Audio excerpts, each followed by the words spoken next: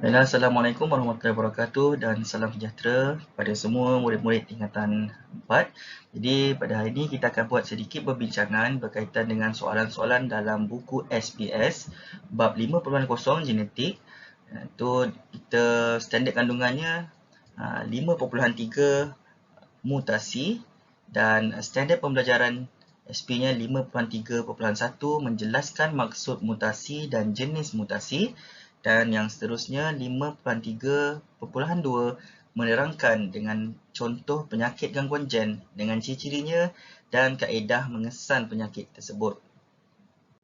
So, kita mulakan dengan muka surat 47 dalam buku SPS, iaitu perbincangan berkaitan dengan mutasi gen dan juga mutasi kromosom, iaitu penyakit keturunan. Okey, untuk soalan yang pertama, apakah itu mutasi? Okey, jawapannya ialah perubahan 40 ni spontan dan rawak yang berlaku pada struktur gen atau kromosom. Jadi itulah jawapannya untuk soalan nombor 1. Okey. Soalan nombor 2, nyatakan dua jenis mutasi. Okey, minta untuk murid-murid menyatakan dua jenis mutasi. Okay, dalam bab yang sebelum ni kita telah belajar ada dua jenis mutasi, iaitu yang pertama mutasi gen dan juga yang seterusnya mutasi kromosom. Okey, dua mutasi yang kita dah belajar, mutasi gen dan juga mutasi kromosom. Okey, seterusnya kita tengok pada bahagian A, mutasi gen. Okey, soalan yang ketiga, apakah itu mutasi gen? Okey, mutasi gen ialah perubahan spontan, okey, spontan yang berlaku pada struktur gen disebabkan oleh perubahan kimia. Jadi jawapannya spontan dan juga gen. Okey, untuk soalan keempat, nyatakan jenis mutasi gen berdasarkan penerangan dalam jadual di bawah. Jadi murid-murid baca dulu penerangan, lepas tu nyatakan di sebelah kirinya. Okey, penerangannya gen tidak dapat menghasilkan pigmen kulit. Okey, jadi jenis mutasi gen ini adalah albinisme ataupun albino. Okey. Seterusnya, soalan ni kita baca lagi penerangannya. Gen mutan menghasilkan hemoglobin yang mencukupi tetapi abnormal dan kurang cekap untuk mengangkut oksigen. Jadi yang biasa diletakkan kat sini ada gambarnya sel darah merah yang biasa dan sel darah merah untuk mutasi sel darah merah berbentuk sabit. Jadi jenis mutasi gen ini anemia sel sabit. Okey, seterusnya penerangannya pesakit tidak dapat membezakan antara warna merah dan dengan hijau. Jadi jawapannya ialah buta warna. Okey, seterusnya disebabkan ketiadaan sejenis protein dalam darah yang diperlukan untuk pembukuan darah. Darah mengalir berterusan jika pesakit tercedera. Jadi untuk penerangan yang D ni, jawapannya ialah mutasi gen jenis hemofilia. Dan yang E pula, gen mutant tidak dapat menghasilkan sel darah merah, hemoglobin yang mencukupi dalam darah. Jadi untuk yang ini jawapannya ataupun jenis mutasi gennya thalassemia. Okey, seterusnya untuk bahagian B, mutasi kromosom. Apakah maksud mutasi kromosom? Okey, jadi mutasi yang menyebabkan perubahan pada struktur atau bilangan kromosom di sini. Okey. Dan kita beralih pula pada muka surat 48. Untuk soalan nombor 6, namakan jenis mutasi kromosom berdasarkan kandungan kromosom dan kemudian padankan dengan ciri-ciri pesakit.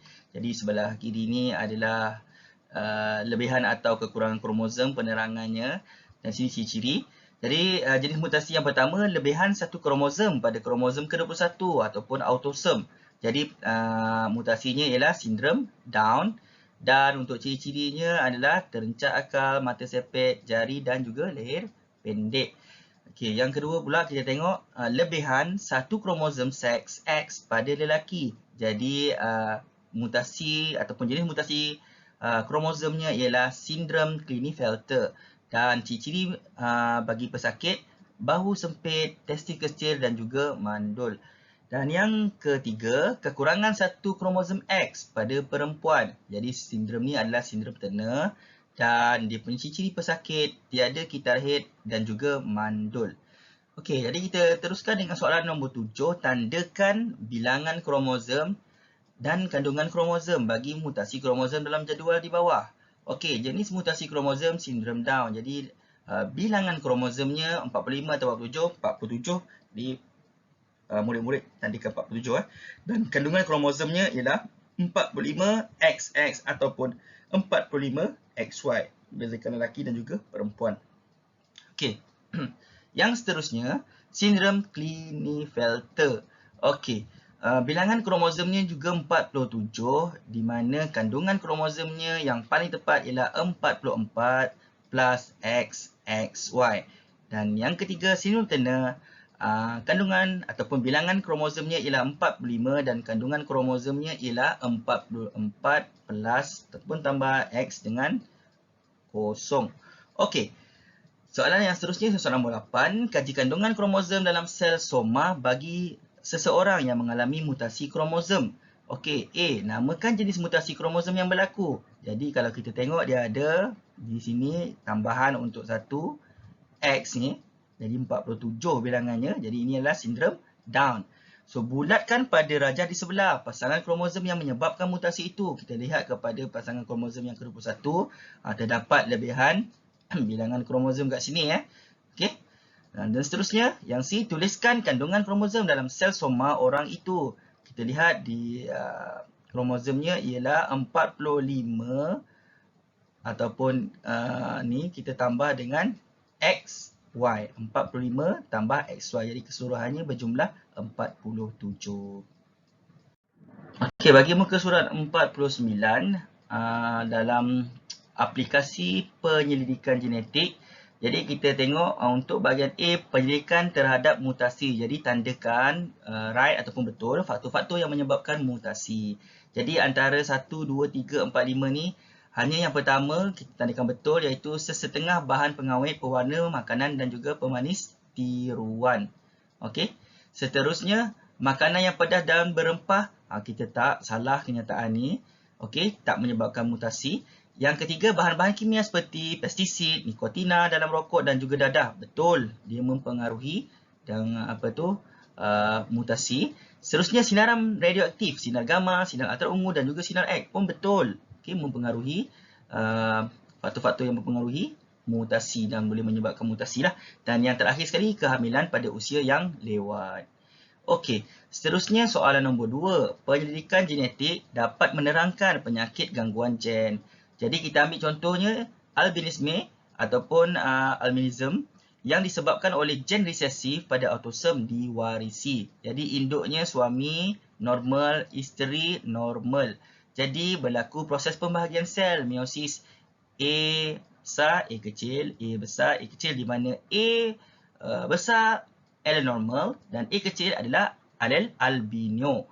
Jadi menghasilkan gamet A besar dan juga A kecil, A besar dan juga A kecil dan seterusnya proses persenyawaan berlaku melalui gabungannya.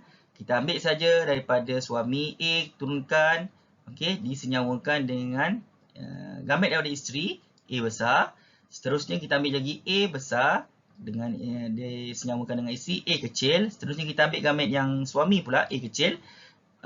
Ni bersama dengan yang isteri A besar. Jadi kita tuliskan A besar, A kecil dan yang terakhir sekali A kecil dan juga A kecil. Jadi ini ialah genotip anak yang terhasil. Okey. Jadi kita lihat pula kepada fenotip anak. Okey, fenotip anak yang pertama A besar, normal. Yang seterusnya A besar, A kecil, normal tetapi merupakan pembawa sebab dia ada alel resesif dekat dalam dia punya genotip ni. Seterusnya A besar, A kecil, normal tapi merupakan juga pembawa. Dan yang terakhir A kecil. Yang terakhir ni adalah fenotip anak yang terhasil albino kerana kedua-duanya alel albino berada dekat dalam genotip anak ni. Seterusnya kebarangkalian untuk mendapatkan anak albino adalah 1 daripada 4 ataupun 25%. Anak normal tetapi merupakan pembawa. Okey, kita lihat, kita kirakan sini 1, yang ini yang kedua, jadi 2 daripada 4 ataupun 50%. Jadi kita pergi kepada soalan yang seterusnya, kita masukkan jawapan-jawapan yang telah diberi. Individu yang mempunyai satu alel dominan, okey, jawapan yang pertama, ataupun normal, dan satu alel yang sebelah sini adalah resesif, okey, ataupun albino, dikenali sebagai pembawa, okey, jawapannya pembawa trait albino. Walaupun individu ini tidak menghidap albinisme ataupun albinism, dia boleh menurunkan trait ini kepada anak-anaknya. Okey. Jadi jawapannya di sini adalah dominan, resesif, pembawa juga menurunkan. Jadi kita pergi pada muka surat yang ke-50. Okey, B contoh buta warna yang disebabkan oleh penyakit warisan terangkai seks. Okey. X, B besar, L normal dominan, X, B kecil, L buta warna. Jadi yang lelaki normal, yang perempuan pembawa. Okey, tengok pada dia punya proses meiosis yang telah berlaku. Jadi gamet yang terhasil adalah X, B besar, Y untuk lelaki dan juga perempuan, X, B besar dan juga X, B kecil. Jadi persenyawaan berlaku, gabungannya dalam genotip anak adalah XB besar dengan XB besar, XB besar juga dengan XB kecil, Y dan juga XB besar, kita tulis XB besar, Y dan juga Y dengan XB kecil, kita tulis XB kecil dulu dan juga Y. Jadi fenotip anak yang terhasil XB besar, perempuan normal, XB besar, XB kecil kerana ada alel resesifnya di sini. Jadi perempuan normal tetapi pembawa. Okey, sama seperti ibunya. Okey, seterusnya XB besar Y. Okey, XY yang terhasil ini adalah lelaki normal. XB besar Y. Dan yang terakhir sekali XB kecil juga Y. Okey, XB kecil adalah alel resesif.